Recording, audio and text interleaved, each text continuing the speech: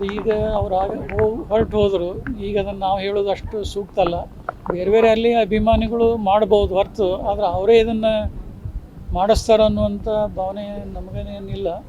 ಆಯಾ ಭಾಗದಲ್ಲಿರುವಂಥ ಅಭಿಮಾನಿಗಳೇನೋ ಅಭಿಮಾನದಿಂದ ಮಾಡ್ತಾ ಇರ್ಬೋದು.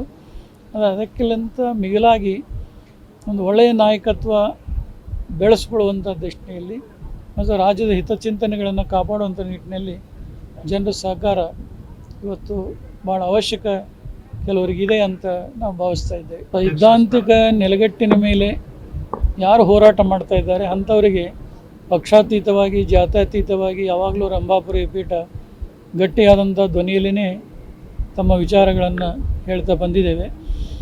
ಈ ವಿಜಯೇಂದ್ರ ಅವರ ಒಂದು ವಿಚಾರದಲ್ಲಿ ಕೂಡ ಒಳ್ಳೆಯದನ್ನು ಮಾಡಿದಾಗ ನಾವು ಅದಕ್ಕೆ ಒಂದು ಹೆಮ್ಮೆಯಿಂದ ಹೇಳ್ತೀವಿ. ಅಲ್ಲದ ಮಾರ್ಗವನ್ನು ತುಳಿದಾಗ ಅದನ್ನು ಸರಿಪಡಿಸಿಕೊಳ್ಳಲಿಕ್ಕೆ ಸೂಚನೆಯನ್ನು ಕೂಡ ಕೊಡಲಿಕ್ಕೆ ನಾವು ಹಿಂದೇಟು ಹಾಕೋದಿಲ್ಲ. ಒಟ್ಟಾರೆ ಯುವ ಜನಾಂಗ ರಾಜಕೀಯದಲ್ಲಿ ಬಂದು ಜನರ ಸಮಸ್ಯೆಗಳನ್ನು ಪರಿಹಾರ ಮಾಡಿದರೆ ಭಾಳಷ್ಟು ಒಳ್ಳೆಯದಾಗುತ್ತೆ ಅಂತೇಳಿ ಭಾವಿಸ್ತಾ ಇದ್ದೇವೆ. ಅದು ಈ ವಿಷಯದಲ್ಲಿ ನಾವು ಹೇಳೋದಷ್ಟು ಸೂಕ್ತ ಅಲ್ಲ.